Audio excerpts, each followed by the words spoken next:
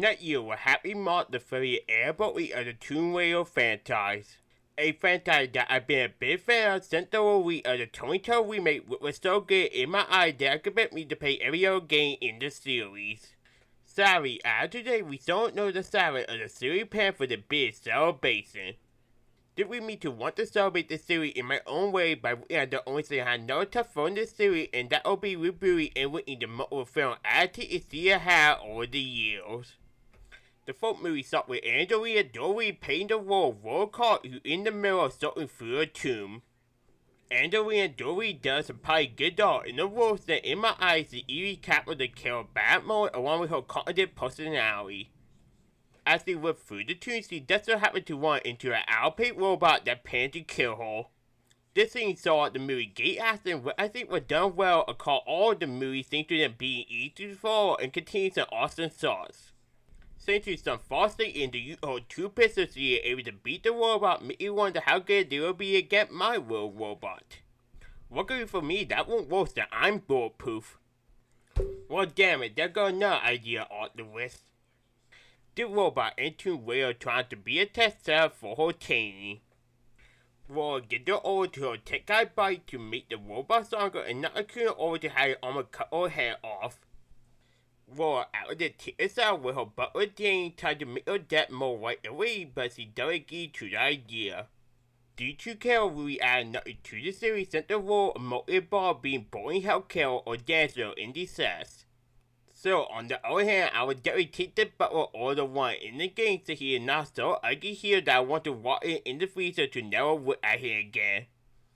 The movie then cuts to Ben and Avery, really sorry are not going to meet a famous feeding raccoon. Instead, we get introduced to the group called the Illuminati. The group tells Manfred Power that he must find the key soon since today marks the 4th day of the planetary alignment and there won't be another one for 5,000 years. The day also marked an important moment in worldwide since it's the same day her dad died years ago. She bit his two and with that the two had more time together to see more like this in the world. As she sleeps, she starts to hear the sound of a car in her house, leading her to follow the sound until she finds a bar under the sails. Laura gets by to check it out since she thinks it might have something to do with the planetary alignment. Laura better figure out that the iron will use as camouflage to hide the located other key to the triangle of light.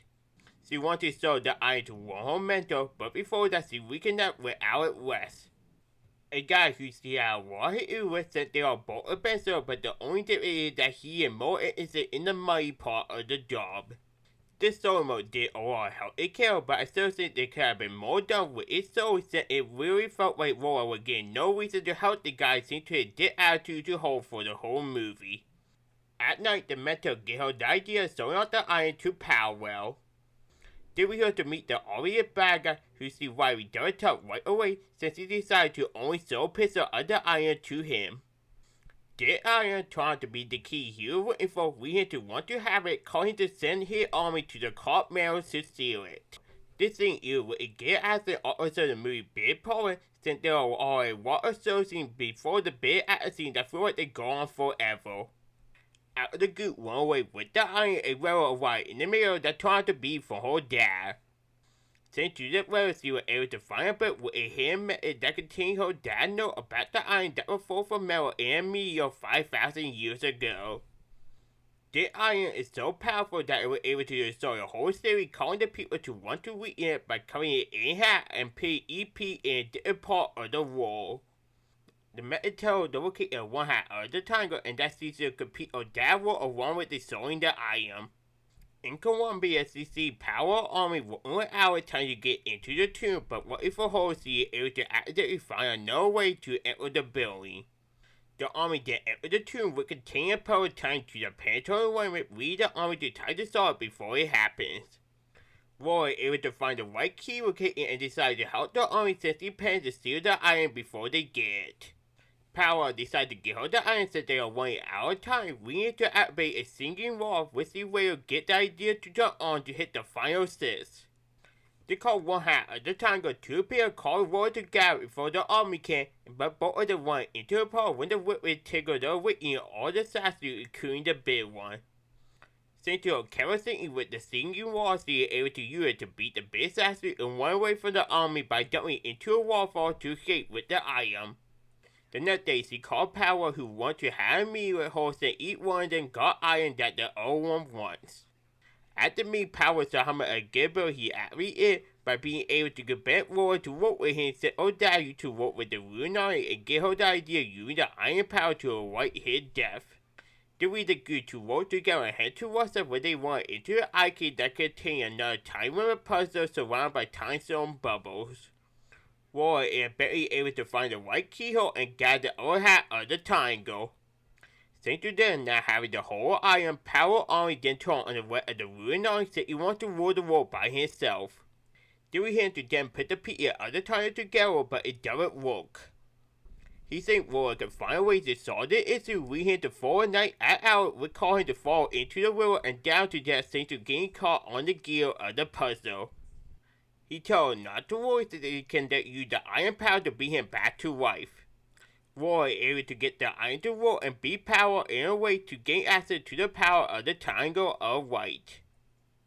Then we hope to meet O'Dowd where we get the best scene in the whole movie so he could bet Old not to bring her back alive even with the raw time so he will always be there watching over her.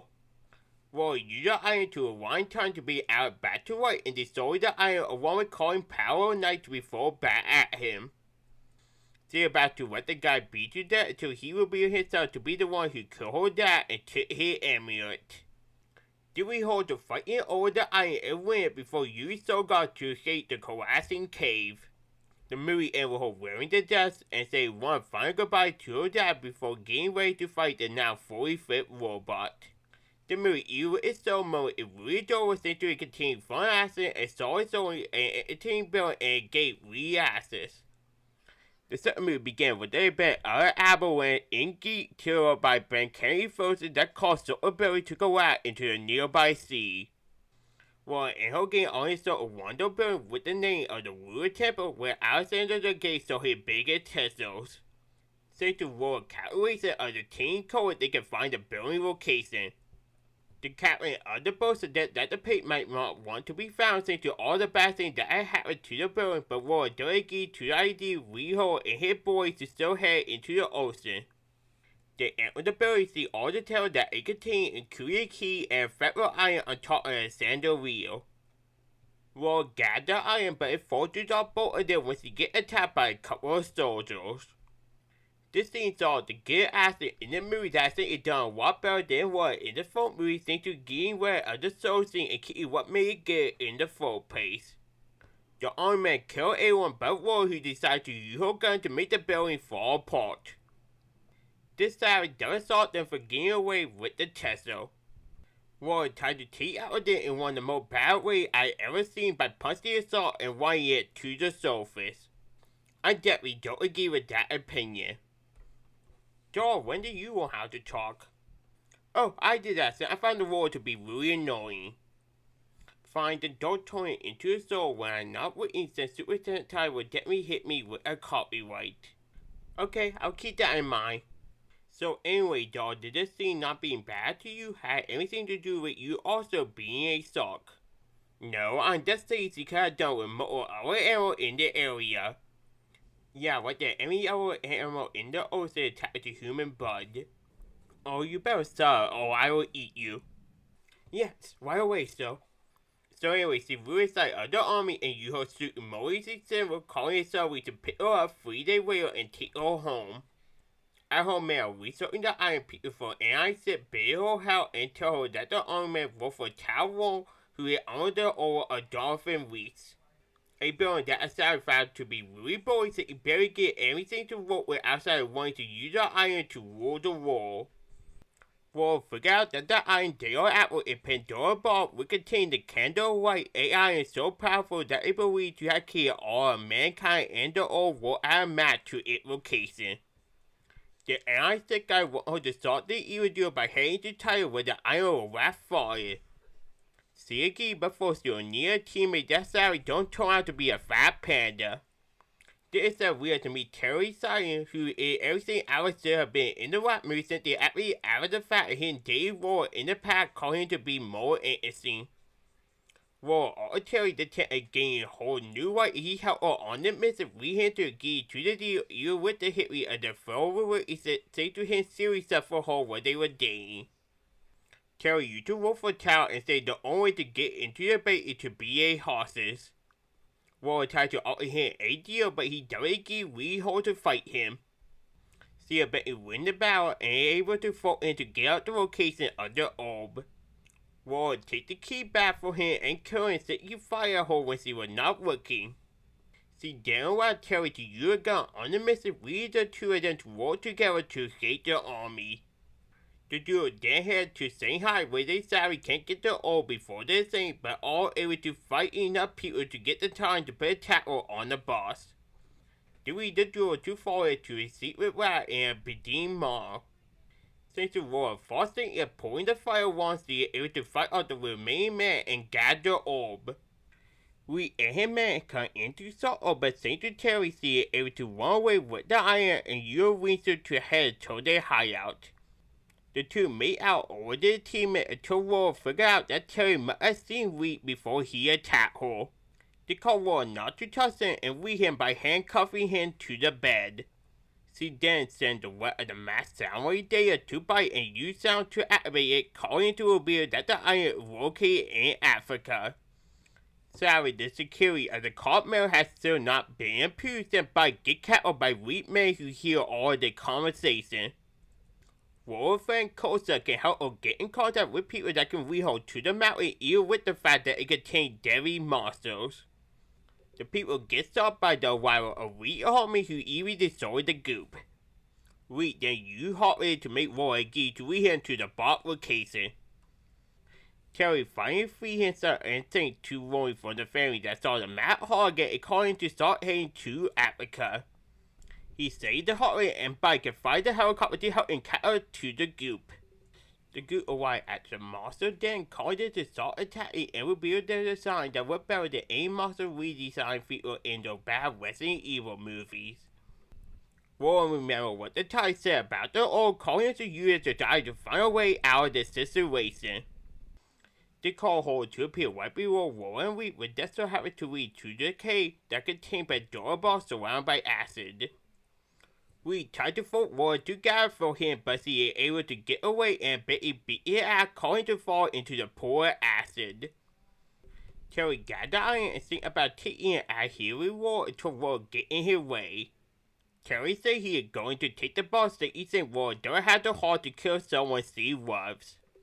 They turned not to be true since he is able to fire at him to end the best scene in the movie thanks to the Get Out and the gate directing.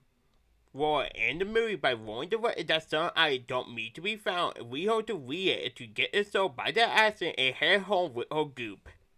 The movie is really adorable thanks to once again featuring a solid story, fun action scene and two great main characters.